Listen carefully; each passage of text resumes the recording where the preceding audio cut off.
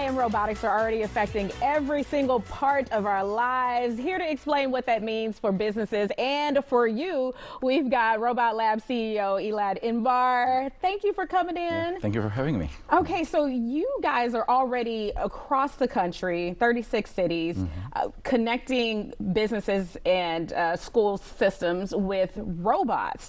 What kinds of robots are people using now? Yeah, we have a wide range of products, from cleaning robots that can clean public spaces like corridors, ballrooms, airports, and so on, over to delivery robots that probably many of the audience already saw in restaurants, delivering food from the kitchen to the tables in restaurants, or passing the dirty dishes back to the dishwashing station. We have delivery robots for warehouses that can move boxes or pallets. We have cooking robots that help restaurants to automate the back of the house. We have security robots. We have firefighting robots. We have a wide range of portfolio, basically over 50 different robot types that help different business owners. My goodness, like I had no idea, because we don't see them so much in person here in the US, but in other countries you say that they're more widespread. Yeah, mainly in Asia, it's more culturally accepted to have automation. In the US, we still want the human touch, we still want to work with that, but you know, behind the scenes there are many robots that are moving everything in our lives. We don't even know about that. Like Amazon, for example, they employ around 750,000 delivery robots that move shelves and everything. 750,000? Yeah. Whoa, okay, Yes. so that's why we're getting our packages so quickly. Exactly. Okay, that explains a lot. But you have a lot of people who are apprehensive, especially here in the US, because they're concerned about jobs. They're thinking like, okay, well, all these robots are going to take these jobs away from all of these people. What do you say to that? So robots are not here to take jobs. They are here to basically help business owners fill the gap where people don't want to do these jobs. Just to give you a couple of examples. No one wants to push a vacuum cleaner for 8 hours a day, okay, in a hotel or in assisted living facilities. This is something that we see across the country, in every state, every city. We hear from business owners, we cannot hire people. Even if we hire them, okay, we can't retain them. Okay, they quit on us after a couple of days. The same with restaurants. How many times you sat in a restaurant and you were waving for the server, hey, can I get the check? And she was like, just a second, I just need to run here, I need to run there. And you know, it's been 5, 7, 10 minutes before we get the check. It's not that she doesn't want to deliver, you know, the check, right? She's just overworked because they are understaffed. They can't find enough people to do these jobs, especially the entry-level positions, especially the mundane tasks, and this is where robots actually excel at. So these are already in assisted living facilities as well. What other jobs are they doing?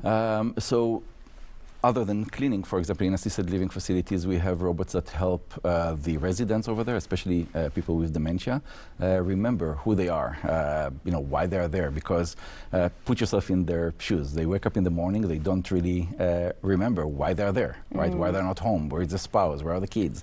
And you know, the only thing that is missing is a therapist or someone to come and say, hey, Mr. Jones, you're here because you have some memory issues. Your spouse will come later today. Your kids will come to visit. Follow me. I have breakfast for you. That's the only thing that is needed, but we don't have therapists to do that. So what we do is we basically include robots, a humanoid robot that has a tablet on its chest. It's called Pepper, and basically on the tablet we include pictures and videos of their life, so they can see a picture of you know, the first child that was born, or their, you know, wedding day, or something that will anchor them to reality. And the robot just, you know, need to just de-escalate the situation and basically tell them, hey, you're okay. You just have a memory problem. You're here. I'm here to help you. Here's your life, right? And later on, everyone will be here for you. And the reason that we use robots is not just to, you know, feel or augment the staff, is mainly because robots are non-judgmental. They, you know, don't care to say the same thing 10 times a day. Right? They won't get upset. You know, I told you 5 minutes ago. Can't you remember that? And these are the things that we basically bring value and enrich the life of the people that use it. So you also wrote this book, Our Robotics Future. together. Is it to help explain to people how robots and humans can live together, work together? Because a lot of people do have that fear, like they're going to take over. It's going to be iRobot. All the movies are telling us it's not a good thing. What all do you explain in here? So the book is basically is our entire experience in the past 18 years. I started Robot Lab back in 2007, and each chapter goes through different segments of the market, from delivery to cleaning, cooking, security, and so on, and explain how the robots work, what they can do, what they cannot, where they excel, how to choose one if you are a business owner that want to automate portions of your business. It's basically a guide to help everyone understand what's the reality and how it works.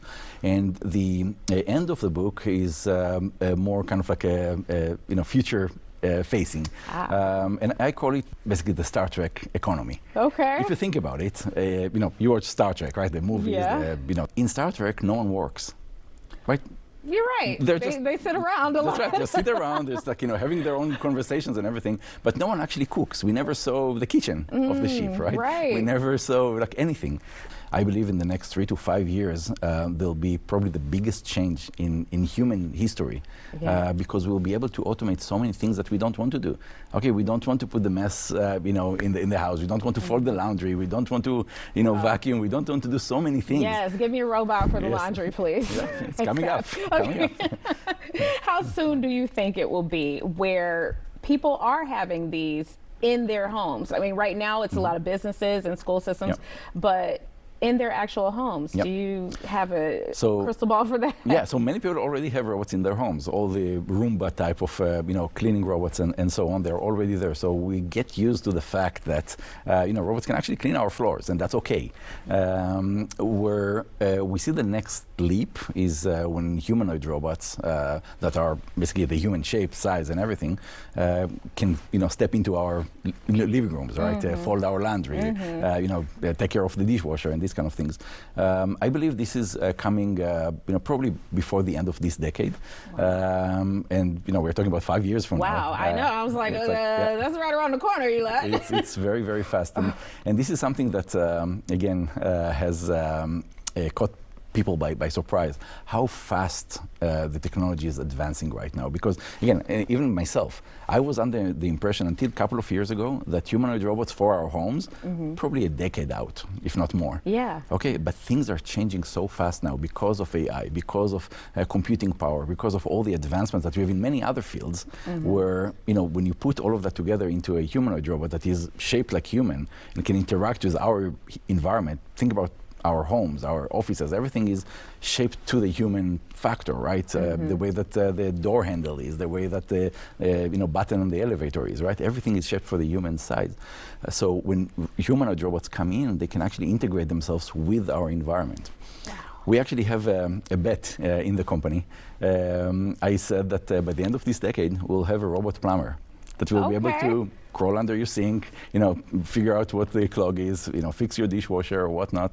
And this is not just a different robot type that shows up, at your door like a plumber. It's just an app that will be installed on a human robot that is already in your home. Wow. Okay. Like let me go ahead and download the plumber upgrade. Okay. Oh my goodness. You have blown my mind with everything that is happening, everything that is to come. But thank you so much for keeping us up to speed. Is there a way that people should stay abreast of what's happening with AI and robotics? Just, immerse yourself. I mean, it's out there. Just get information from everything, from social media to news outlets to everything that is happening. There's so many conferences, so many events. I many times wake up in the morning and just feel like, oh, I fell behind, because my feed is like, oh, that's new and that's new and that's new. So I need to catch up, with everything. So I understand that it's a lot to catch up with, but a great way to do that. I'm sure many people are using ChatGPT or Gemini or all of these large language model AI tools. Just open it in the morning and just ask, hey, catch me up on the latest, top 10 things that happened in the past 24 hours in robotics or in AI. Oh, wow. It will scout the internet, bring you the information, everything that you need to know. Just a great tip. That's a great hack. I appreciate it, Elad.